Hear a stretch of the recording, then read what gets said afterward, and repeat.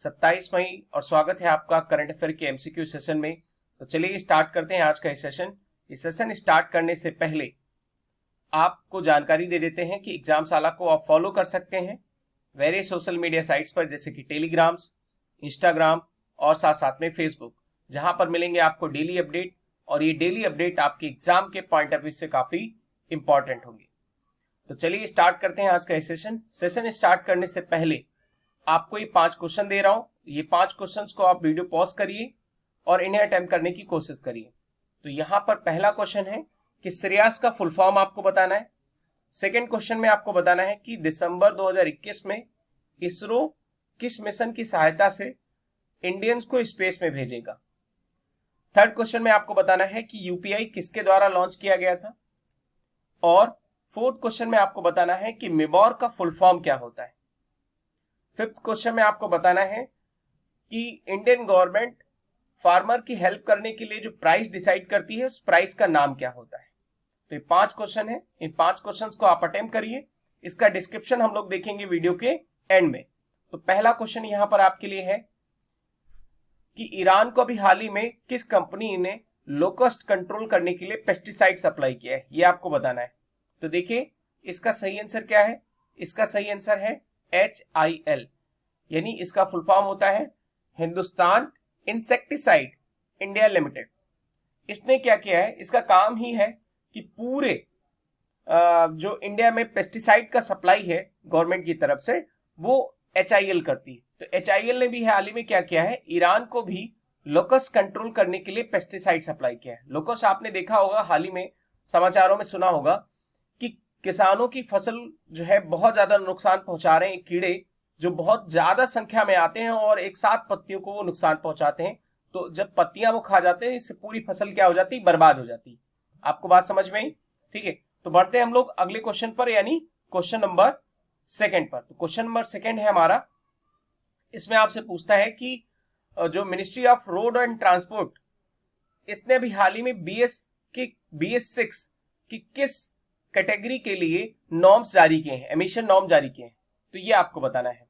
देखिए यहां पर आपको थोड़ा सा बता देते हैं कि जो BS6 नॉर्म्स है, आपको मालूम होगा कि BS6 नॉर्म्स जो अप्रैल 2020 से शुरू होने वाले थे, यानी 1 अप्रैल 2020 से शुरू होने वाले थे। तो इसमें अभी हाल ही में क्या किया है कि ट्रांसपोर्ट मिनिस्ट्री ने कहा है कि जो L7 कैटेगरी के जो चौपहिया वाहन है, इन कैटेगरी के वाहन को अगले 2 साल के लिए, 2 साल के अंदर हम लोग BS6 के अंतर्गत लेकर आएंगे। इसमें क्या होगा, ये पहले से ज्यादा लाइट वेट होंगे और कम एमिशन जो है, कम एमिशन करेंगे। यानी इनके द्वारा एमिशन की जो क्वांटिटी है वो पहले की अपेक्षा काफी कम होगी। तो ये याद रखना है आपको। Ministry of road and transport ने L7 के चौपहिया वाहन की कैटेगरी की आपूर्ति अगले 2 सालों में करने की जो है सुझाव दिए हैं। ये आपको याद रखना है। आगे बढ़ते हैं हम लोग, यानी क्वेश्चन नंबर 3 पर। तो क्वेश्चन नंबर 3 में आपसे पूछा है कि इंडियन एयरफोर्स की एक स्क्वाड्रन है जिसका नाम है नंबर 18। इसे अभी हाल ही में ऑपरेशनलाइज कर दिया गया है। कहां पर? ठीक है, तो इसका जवाब आपको बताना है। इसका जवाब है, देखिए, कोयम्बटूर। ठीक है, कोयम्बटूर में अभी हाल ही में क्या किया गया है, स्क्वाड्रन 18 को ऑपरेशनलाइज कर दिया गया है। और ये स्क्वाड्रन का मतलब होता है ग्रुप। ये स्क्वाड्रन क्या करेगा, अब लाइट कम्बर्ट एयरक्राफ्ट तेजस का जो है ऑपरेशन करेगा। इससे पहले ये स्क्वाड्रन क्या करती थी, नंबर 18 स्क्वाड्रन इससे पहले MiG-27 को ऑपरेशनल करती थी। ठीक है, तो अब प्रेजेंट टाइम पर ये तेजस जो ऑपरेशन नंबर 18 स्क्वाड्रन है, ये क्या करेगी, ये तेजस को ऑपरेशनलाइज करेगी। ठीक है, ये याद रखना है आपको। तो जो नंबर 18 स्क्वाड्रन है, इसको कहा जाता है तीव्र एवं निर्भय। इसको याद रखना। ये आपसे हो सकता है क्वेश्चन पूछ सकता है कि तीव्र और निर्भय जो है ये किसे कहा जाता है। तो ये कहा जाता है नंबर 18 स्क्वाड्रन को। ठीक है, तो ये याद रखना है आपको। आगे बढ़ते हैं हम लोग, यानी क्वेश्चन नंबर 4 पर। तो क्वेश्चन नंबर 4 है, इसमें आपको बताना है कि अभी हाल ही में कौन से स्टेट स्पोर्ट अथॉरिटी ने time centre for learning limited के साथ साइन किया है, एग्रीमेंट किया है कि वहां के जो एथलीट्स हैं उनके पर्सनालिटी और स्किल डेवलपमेंट को बढ़ाया जाए। तो इसका सही जवाब क्या है? इसका सही जवाब है, देखिए क्या, गुजरात। गुजरात ने क्या किया है, वहां की जो स्पोर्ट अथॉरिटी है उसने time centre for learning limited के साथ एक एमओयू साइन किया है और ये एमओयू में बताया गया है कि यहाँ के जो एथलीट्स होंगे इनको ट्रेनिंग और पर्सनालिटी डेवलपमेंट देने का काम जो है वो करेगा times centre for learning limited. ठीक है, आगे बढ़ते हैं हम लोग, यानी क्वेश्चन नंबर 5 पर। तो देखिए क्वेश्चन नंबर 5 है, इसमें आपको बताना है कि IRDAI यानी insurance regulatory development authority of India, ठीक है, ये अभी हाल ही में इंडिया फर्स्ट लाइफ, ये एक इंश्योरेंस कंपनी है। इस इंश्योरेंस कंपनी में 30% की होल्डिंग किस बैंक ने की थी उसको अप्रूवल दिया है, तो ये आपको बताना है। इसका देखिए सही आंसर क्या है, इसका सही आंसर है union bank of India. Union bank of India ने India first life insurance company में 30% की होल्डिंग ली थी, तो जिसको अप्रूव कर दिया है किसने? IRDA ने। तो चलिए बता दीजिए कि IRDA की स्थापना कब हुई थी, इसका एस्टैब्लिशमेंट कब हुआ था, ठीक है, और इसका हेडक्वार्टर कहां है, ये दोनों चीजें आप कमेंट सेक्शन में मेंशन करिए। बढ़ते हैं हम लोग अगले क्वेश्चन पर, यानी क्वेश्चन नंबर 6 पर।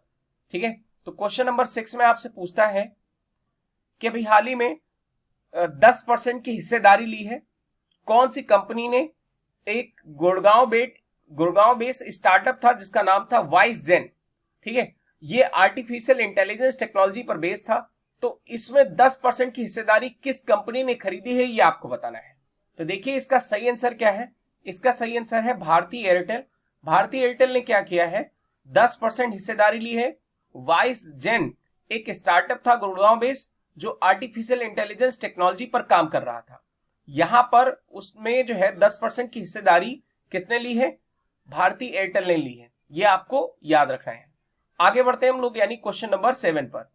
ठीक है, देखने में आपको ये क्वेश्चंस जरूर बड़े लग रहे होंगे लेकिन है बहुत आसान। ठीक है, आगे बढ़ते हैं हम लोग, यानी क्वेश्चन नंबर 7 पर। तो क्वेश्चन नंबर 7 है, देखिए ये क्वेश्चंस आई होप, मैं चाहता हूं कि आप लोग खुद अटेम्प्ट करें क्योंकि मैं ये बता चुका हूं। ठीक है, तो आपके लिए होमवर्क छोड़ देता हूं, है ना। कई लोग होमवर्क जो है अटेम्प्ट करते हैं, कमेंट सेक्शन में मेंशन करते हैं, उनको बहुत बहुत धन्यवाद कि आप जो है कमेंट सेक्शन में मेंशन करते हैं। आप ऐसे ही प्रयास करते रहिए और लोगों से भी कहिए, इसको शेयर करें। ठीक है, तो RH14 और RH18 ये भी हाल ही में 2 जीन डेवलप हुए थे वीट में, तो ये आपको बताना है कि किसके द्वारा डेवलप किए गए हैं। ठीक है, ये आपको बताना है, तो ये आपके लिए होमवर्क है, इसको अटेम्प्ट करिएगा। आगे बढ़ते हैं हम लोग, क्योंकि इस पर मैं वीडियो बना चुका हूं ऑलरेडी। ठीक है, तो उसको आप देख सकते हैं पीछे और इसको आप अटेम्प्ट करिए।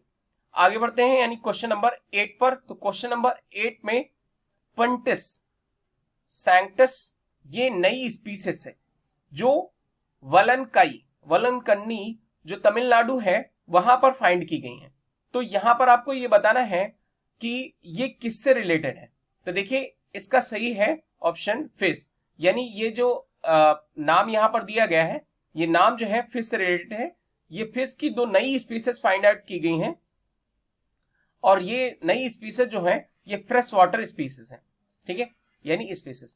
अच्छा, आप ये बता दीजिए कि जो फिश है वो फिश कौन से एनिमल की कैटेगरी में आते हैं, कौन से एनिमल की कैटेगरी में आते हैं, मतलब ये इनका ग्रुप कौन सा होता है, इनका फाइलम कौन सा होता है, ये आपको बताना है। ठीक है, कमेंट सेक्शन में जरा बताइएगा इनका फाइलम कौन सा होता है।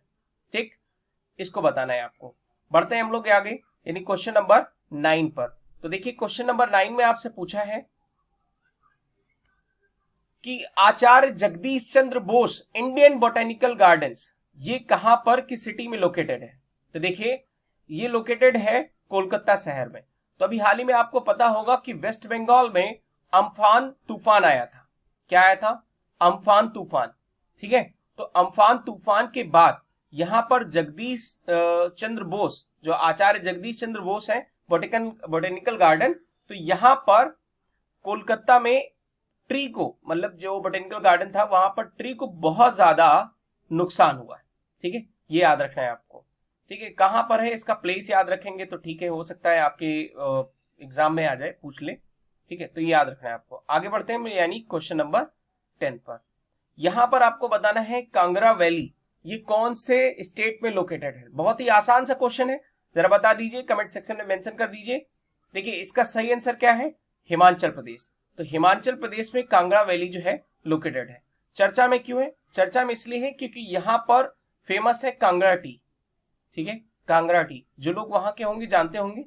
कांगड़ा टी जो है, ये कांगड़ा टी, इसमें अभी हाल ही में साइंटिस्ट ने डिस्कवर किया है कि इसका कंजम्पशन करने से, इसको सेवन करने से क्या होता है कि आपकी इम्यूनिटी जो है वो काफी ज्यादा बढ़ जाती है, और ये इम्यूनिटी जो है कोरोना वायरस यानी कोविड-19 से लड़ने में काफी कारगर है। ठीक है, तो ये याद रखना है। और कांगड़ा टी जो है हिमाचल प्रदेश की कांगड़ा वैली से मिलती है, और यहां पर इसे जीआई टैग भी इसको दिया गया है, तो ये भी याद रखना है आपको। ठीक है, आगे बढ़ते हैं हम लोग यानी क्वेश्चन नंबर 11 पर। तो देखिए क्वेश्चन नंबर 11 में आपसे पूछा है कि स्टेटस पेपर अभी हाल ही में सेंट्रल गवर्नमेंट के द्वारा रिलीज किया गया है, तो ये जो स्टेटस पेपर है ये किससे रिलेटेड है। देखिए स्टेटस पेपर जो होता है वो जारी किया जाता है सेंट्रल गवर्नमेंट के द्वारा, और ये दर्शाता है कि गवर्नमेंट पर कितना ज्यादा डेप्ट है। गवर्नमेंट पर जो डेप्ट होता है ये आपको बता देते हैं, दो तरीके का होता है, एक इंटरनल और दूसरा कौन सा, एक्सटर्नल। तो दोनों डेप्ट को मिला के जो गवर्नमेंट पर ओवरऑल डेप्ट होता है, इसके लिए जो है एक रिपोर्ट जारी की जाती है जिसको हम लोग बोलते हैं स्टेटस पेपर। तो याद रखना, हो सकता है आपके एग्जाम में आ सकता है कि स्टेटस पेपर अभी जो चर्चा में रहा वो किससे रिलेटेड है, तो गवर्नमेंट डेप्ट से रिलेटेड है। ठीक है, याद रखना है आपको। आगे बढ़ते हैं हम लोग यानी क्वेश्चन नंबर 12 पर। तो जो क्वेश्चन नंबर 12 है इसमें आपको बताना है कि अभी हाल ही में यूनियन गवर्नमेंट मतलब केंद्र सरकार जिसने भी हाल ही में मिशन लॉन्च किया है जिसका नाम है सूर्य नगरी। ठीक है, सूर्य नगरी, ध्यान से सुनिएगा, सूर्य नगरी, जिसको 100% सोलराइजेशन किया जाएगा, यानी पूरी तरीके से जो एनर्जी का सोर्स होगा वो पूरी तरीके से सोलर सिस्टम पर बेस होगा। ठीक है, तो ये आपको बताना है। आई होप थोड़ा सा स्टैटिक आप अगर जानते होंगे तो यहां पर आप बता देंगे। तो इसका सही आंसर क्या है, देखिए इसका सही आंसर है कोणार्क उड़ीसा। आप जानते होंगे सन टेम्पल कहां पर है, तो सन टेम्पल उड़ीसा में है, और उड़ीसा के कौन से शहर में, यानी कोणार्क में। तो कोणार्क को जो है पूरी तरीके से क्या किया जाएगा, सूर्य नगरी बना के उसमें 100% सोलराइजेशन किया जाएगा। ठीक है, ये याद रखना है आपको। तो ये कैसे किया जाएगा, यानी एक ग्रिड बनाई जाएगी, और ये ग्रिड क्या करेगी, सभी जो वहां पर सोलर जो सिस्टम लगाए गए हैं वहां से इलेक्ट्रिसिटी लेगी, और उसको जो है क्या करेगी, ओवरऑल कोणार्क सिटी में सप्लाई करेगी। तो ये याद रखना है आपको। ठीक है, क्वेश्चन नंबर 12 के अलावा हम लोग बढ़ते हैं 13 पर। तो 13 क्वेश्चन में आपसे पूछा है कि अभी हाल ही में कौन से कंट्री ने अनमैन्ड हेलीकॉप्टर ड्रोन डेवलप कर लिया है। याद रखना है आपको, अनमैन्ड हेलीकॉप्टर ड्रोन जो है किसके द्वारा डेवलप किया गया है ये आपको बताना है। तो देखिए इसका सही जवाब क्या है, इसका सही जवाब है चाइना। चाइना ने क्या किया है, अभी हाल ही में एक अनमैन्ड हेलीकॉप्टर डेवलप कर लिया है, और ये जो अनमैन्ड हेलीकॉप्टर है इसका नाम क्या है, नाम आपको याद रखना है AR-500C। ठीक है, तो ये आपको याद रखना है कि ये अनमैन्ड हेलीकॉप्टर है किसका, चाइना का। हो सकता है कभी कभी नाम से भी पूछ लेता है। ठीक है, तो याद रखना है AR-500C ये चाइना का एक अनमैन्ड हेलीकॉप्टर ड्रोन है जो 500 किलोग्राम का है, और लगभग 170 किलोमीटर प्रति घंटे की रफ्तार से चल सकता है। तो 500 किलोग्राम का ये जो है अनमैन्ड हेलीकॉप्टर है। ठीक है, आगे बढ़ते हम लोग यानी क्वेश्चन नंबर 14 पर। तो देखिए क्वेश्चन नंबर 14 में आपसे पूछा है कि फिस्कल डेफिसिट अभी हाल ही में जो 2021 में 2020 और 21 में कितने तक बढ़ने की संभावना है टोटल जीडीपी का। देखिए सबसे पहले मैं आपको बता दूं कि फिस्कल डेफिसिट होता क्या है। देखिए फिस्कल डेफिसिट होता है कि जैसे आप लोग सुना होगा बजट, सुना है, ठीक है। बजट में क्या होता है, अब बजट में एक तरफ होती है इनकम यानी जिसको हम लोग बोलते हैं रिसिप्ट, ठीक है, रिसिप्ट, और दूसरी तरफ होती है हमारी एक्सपेंडिचर। ठीक है, आपको बात समझ में आ रही, यानी एक तरफ होता है रिसिप्ट और दूसरा तरफ क्या होता है, एक्सपेंडिचर। तो जो हमारा ओवरऑल रिसिप्ट है और ओवरऑल एक्सपेंडिचर है, इस रिसिप्ट में से हम क्या कर देंगे, हम जो उधार लिए हैं, जो बोरोइंग किए हैं, वो बोरोइंग को हम अगर निकाल देंगे तो रिमेनिंग हमारे पास जो बचेगा वो हमारा फिस्कल डेफिसिट होगा।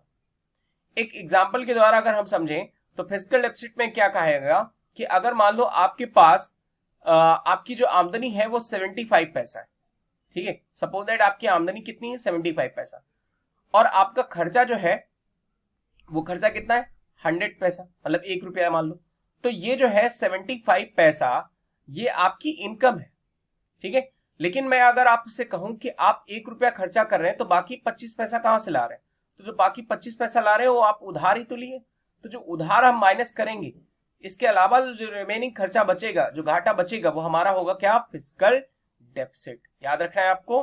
तो ये कितना हो जाएगा 2021 में बढ़कर टोटल जीडीपी का 4.5% होने की संभावना है, क्योंकि प्रेजेंट टाइम पर जो कोविड-19 चल रहा है, तो कोविड-19 के चलते ये जो है गवर्नमेंट का एक्सपेंडिचर काफी बढ़ गया है, तो इसके चलते ये 4.5% होने की संभावना है, ठीक है। आगे बढ़ते हैं इस पर। अच्छा, एक क्वेश्चन आप बता दीजिए कि अभी हाल ही में आपने सुना होगा कि फिस्कल डेफिसिट को 3% लाने तक एक कमेटी बनी थी, ठीक है, 3% तक लाने के लिए कमेटी बनी थी, और उस कमेटी का नाम क्या था, ठीक है, जरा ये बता दीजिए। 3% यानी टोटल जीडीपी का 3% तक रिड्यूस करने की जो है एक कमेटी बनाई गई थी, उस कमेटी का क्या नाम था ये आपको बताना है कमेंट सेक्शन में। आई होप हो सकता है कि आप बता दें, ठीक है। आगे बढ़ते हैं हम लोग यानी क्वेश्चन नंबर 15 पर। क्वेश्चन नंबर 15 है, इसमें आपको बताना है कि कौन सा राज्य जिसे अभी हाल ही में स्पोर्ट के अकॉर्ड जो है इंडस्ट्री स्टेटस मिल गया है, मतलब यहां पर आपसे ये पूछा है कि जो स्पोर्ट से रिलेटेड इक्विपमेंट होते हैं, ये इक्विपमेंट बनाने का जो राइट्स होता है वो कौन से स्टेट में मिल गया है, तो देखिए इसका सही आंसर क्या है, मिजोरम है, याद रखना है आपको। तो चलिए स्टार्ट करते हैं। अब हम उन क्वेश्चंस पे बढ़ते हैं जो आपको मैंने दिए थे अटेम्प्ट करने के लिए, ठीक है। तो यहां पर पहला क्वेश्चन आपसे पूछा था मैंने कि श्रेयस का फुल फॉर्म क्या होता है, तो देखिए श्रेयस का जो फुल फॉर्म होता है उसको याद रखना है, schemes schemes for higher education youth in apprenticeship and skills, ठीक है, ये याद रखना है आपको। फिर से बोल देता हूं, schemes for higher education youth in apprenticeships and skills, ठीक है। तो ये जो है स्कीम्स किसके द्वारा चलाई जा रही, एचआरडी मिनिस्टर्स के द्वारा, कि जो हायर एजुकेशन से रिलेटेड, मतलब हायर एजुकेशन आप ले लेते हैं, उसके बाद इंडस्ट्रीज में कैसे अप्रेंटिसशिप हो, इसके लिए स्कीम निकाली गई थी, ठीक है, लास्ट ईयर 2019 में। आगे है नेक्स्ट क्वेश्चन में आपको बताना है कि 2021 में इसरो कौन सा मिशन भेजेगा जिसके अंतर्गत इंडियंस को स्पेस में भेजा जाना है, तो कई लोग कमेंट सेक्शन में मेंशन किए, यानी इसका नाम है क्या, गगनयान, ठीक है, याद रखना है आपको कौन सा, गगनयान, ठीक है। नेक्स्ट है यूनिफाइड पेमेंट इंटरफेस, यूपीआई किसके द्वारा लॉन्च किया जाता है, तो देखिए यूपीआई लॉन्च किया जाता है एनपीसीआई के द्वारा, यानी national payment corporation of India के द्वारा, याद रखना है आपको, national payment corporation of India के द्वारा ये जो है लॉन्च किया गया था। आगे बढ़ते हैं यानी क्वेश्चन नंबर 4 पर। तो क्वेश्चन नंबर 4 में आपसे पूछा है कि मिबॉर का फुल फॉर्म क्या होता है, ठीक है, तो मिबॉर का फुल फॉर्म होता है Mumbai interbank offer rate, Mumbai interbank offer rate, आपको याद रखना है मुंबई इंटरबैंक ऑफर रेट क्या होता है, थोड़ा सा समझ लीजिए। देखिए मान लीजिए कोई बैंक है, एक बैंक है जिसका नाम आप कुछ भी रख लीजिए, फॉर सपोज दैट एसबीआई है, ठीक है, एसबीआई।